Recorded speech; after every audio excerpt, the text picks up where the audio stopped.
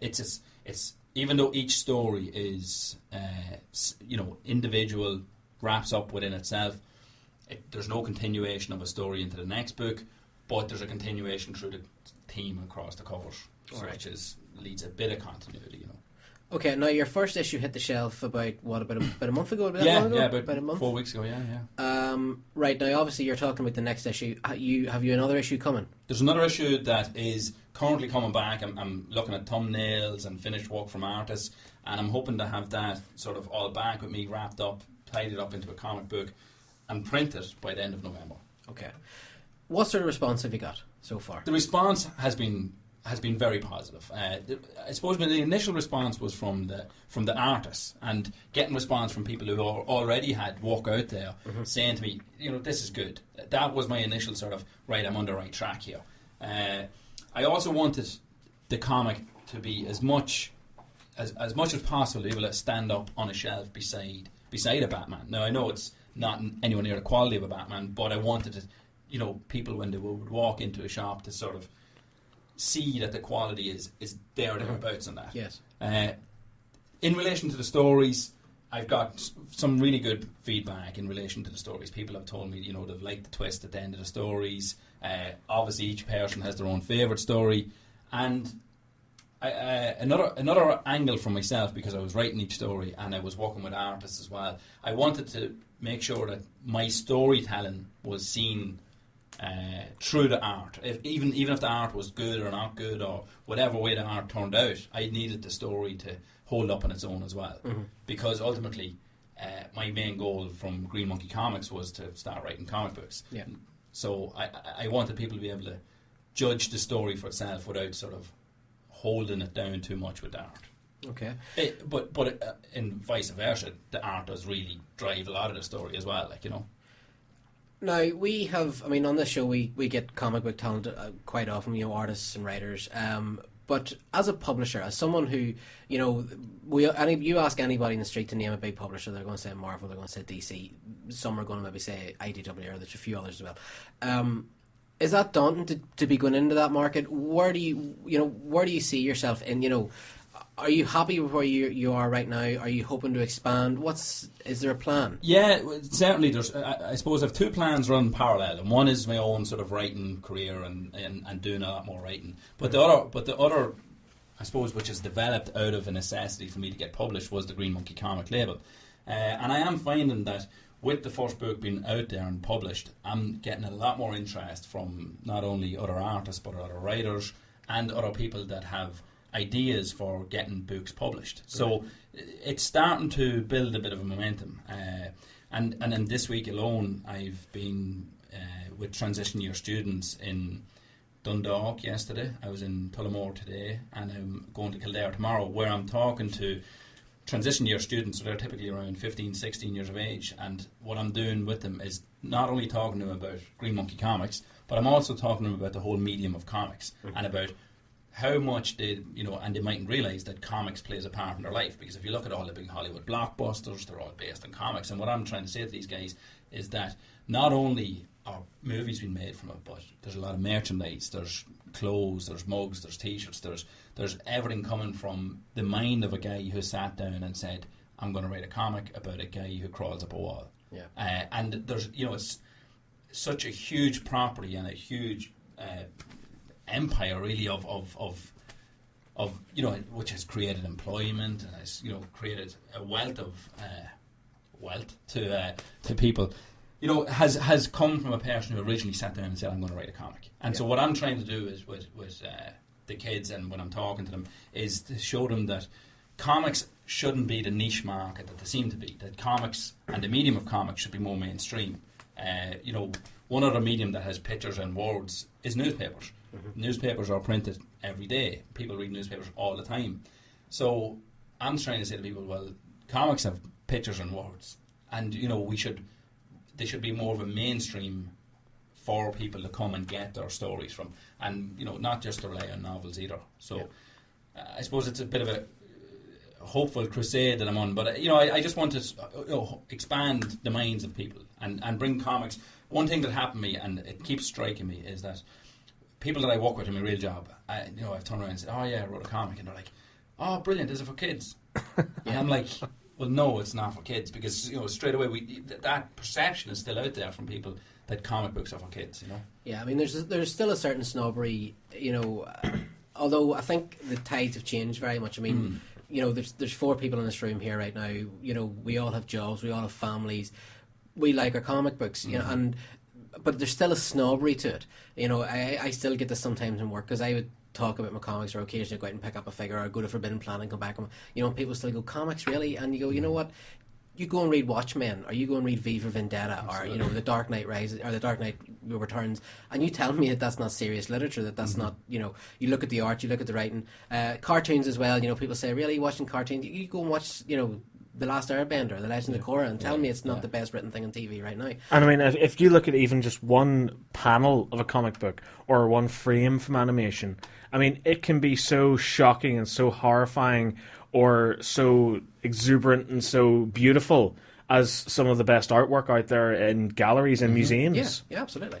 And I suppose that rose as well when I was writing the comic. I didn't want to write stories that were just for kids either. And Innocent Tales certainly doesn't have stories that you can read to your kid at bedtime, and say have a nice sleep. But I wanted people to see that we can question a lot of the things that are questioned in novels or in other pieces of literature through the art of or the medium of comic books.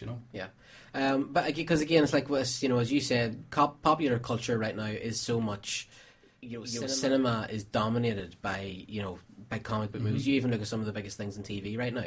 Arrow, Agents of S.H.I.E.L.D. has just started. The Walking Dead. People still don't realise The Walking Dead is a comic book. It was a comic. So obviously, I mean, this is something. Now, in regards to the Irish market, are you solely based in Ireland at the minute? Are you hoping to expand? Yeah, well, at the moment, people can get their hands on my comic 2 ways. Obviously, I have it in the comic shops across Dublin. I've also managed to get it into a local bookshop in Tullamore because of the local angle where I'm living now, but also in the Dock where I'm originally from. 2 stores have took it in there. So 2 newsagents have taken in there, Carol's Newsagents in the Long Walk and News and Delhi Ticketmaster on Park Street. So what I've been trying to do, because when I was growing up in Dundalk, I got access to comics through a newsagent, but he had to order them in. It wasn't like they were sitting on the shelf. He ordered them in for a small crowd of us. And if I didn't have access at that age to comics, I probably wouldn't be as heavily involved in the whole medium that I am now. So what I'm trying to do is encourage not just myself and Green Monkey, but other labels out there, other small press labels to go into the newsagents and go into the deli, into the bookstores and try and get people to just list you locally, to bring comics to a much wider range of people. Because one of the questions I asked in both sessions, and I've talked to a total of 75 students now, is who knows anything about comics? And then your initial reaction is, very little. I got 1 hand today and I got 2 hands yesterday that said they knew something about comics until I explained everything that we spoke about a few minutes back. But I asked then who has been into a comic shop, and again, 1 student on both days said they were in a comic shop. You know what I mean? So there's a huge, and again, the market for comics is your teen, young adults market, and there's a huge opportunity for us to keep pushing comics into more mainstream shops that will stock it. And I think definitely the Irish market has room to breed in that regard. But ultimately, if you're going to be a serious player in publishing, you do need to start thinking about the bigger markets, the UK market, the US market, being the 2 big bullies, and yeah, I would love to see Green Monkey Comics go in that direction. And it's very, very early days at the moment. But definitely it's something that's at the back of my mind that, that we need our own IDW in Ireland.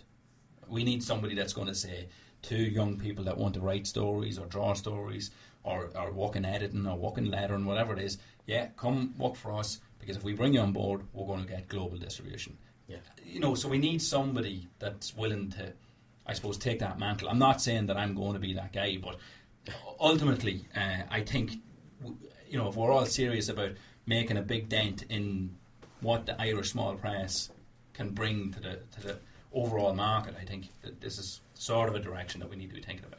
Well, of course, I mean, because one of the things that we need to bear in mind, and whenever I was a kid, like Gareth here as well. Gareth's a talented artist. I used to love drawing as a kid as well. I admit I'm not a bad artist. But comic books, I wanted to draw comics, but it was like, wasn't it? It was like going to Hollywood and being a movie star. It was just, no, it's just not going to happen. But the one thing we're learning now, even just from things like Dice last week, is that it is happening. Some of the biggest talent in comic books right now are from Dublin and Belfast, and they're local. So I mean, people need to get this idea out of their head that this is the impossible dream. It's not. You just need to go and do it like you're doing yourself. And look, I think there's probably 1% of people in this world, no matter what they get involved in, are going to be picked up off the street and told, "You're brilliant at that. Let's pay you loads of money." The rest of us, the 99% of us that are left there that want to do something in whatever career or whatever path that we choose, we have to work damn hard at it. And so I suppose that's what I'm doing at the moment with what I want to do. I'm working hard, I'm meeting people, I'm trying to, get out there as much as possible to and work with the best people. Like some of the artists that I've worked with are fantastic, and there's a couple of guys there that will be working with Marvel before long, because they've got unbelievable talent. But it's possible. And I think you mentioned as well, we have already got some people, the likes of Declan Shalvey and Will Slaney and Stephen Mooney, that are making it big inroads within the likes of Marvel and the bigger players.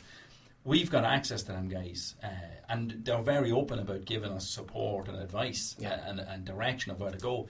And if you work hard and you've got even an inkling of talent, but I think the big thing is working hard, you're going to get an opportunity somewhere down the line. And definitely I would encourage everybody that has a dream to, as you say, the movie star dream, the comic book dream. If you have it, you grab it, you start talking to people that have the same interest and get things done, Okay, now Gavin, for anybody that doesn't live here, that maybe wants to check out, to get involved with... Actually, before we say this, where did the name Green Monkey come from? Can I ask you that? You can indeed, yeah. Well, I suppose at the back of my mind, when I was thinking about a label, I was always thinking about a little cheeky sort of monkey type character. And in fairness, Garrett is actually the man who designed what I've nicknamed him Smigsy. So he's designed little Smigsy there.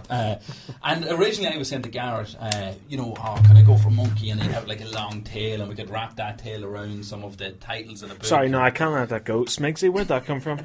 That's probably got something to do with a lot of Coors Light and a late night. Okay, fair enough. Yeah, that's where most of my ideas come from. Sorry, can I just say, during the process of designing the logo, I did get what I knew to be a drunken Facebook private message from somebody saying, "We're calling the monkey Smigsy," and I went, right, okay, someone's had a few drinks too many. I also get the feeling it's one of those names, where did that name... Actually, no, I don't want to know. Yeah. So it was always going to be a monkey, and it was originally, my idea was to be a sort of full-bodied monkey with a big long tail, but Garrett then sort of encouraged me not to go for a full-body monkey and go for something a bit more simpler that has more of an immediate recognition factor about it, which, completely agree with him. He called the ball on that one, and is absolutely right.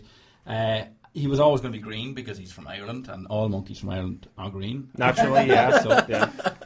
And then Space Monkey. Yeah. So and comics then was pretty obvious after that. I see what you did there with the last word. Yeah. Right, but what I was going to say was, for anybody that's listening to the show right now, that even if they are home based, if they're here in Ireland or wherever they may be, if they want to get an idea about Green Monkey Comics, they want to check out the work, or they maybe even want to get a couple issues, pick up an issue, where do they go to get you? www.greenmonkeycomics.com.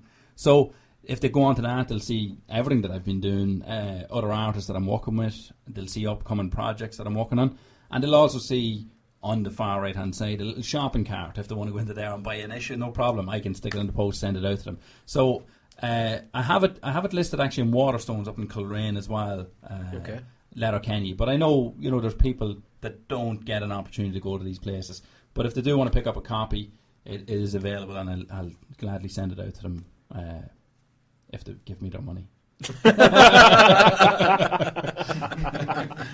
Okay, well listen, from all of us that follow the nerd, we absolutely wish you the best, and I can do nothing but salute a man that just says, you know what, I'm going to go for this, and fair play to you, sir. And thanks for your time, guys. I was just going to say careful now, but careful now, yeah, easy. You're going to hang around for a wee bit, absolutely, are you? You're going to stay around, yes. And what about that delinquent beside you?